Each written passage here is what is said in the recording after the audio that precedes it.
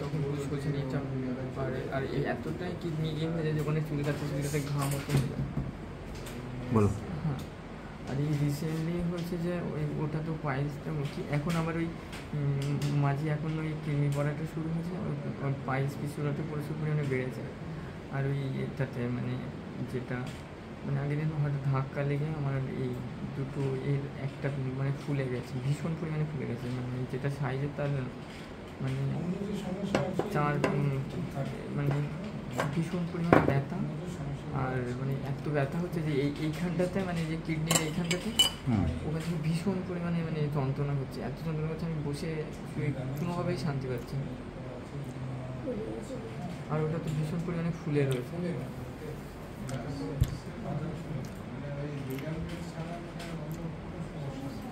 আর গা গোলাচ্ছে।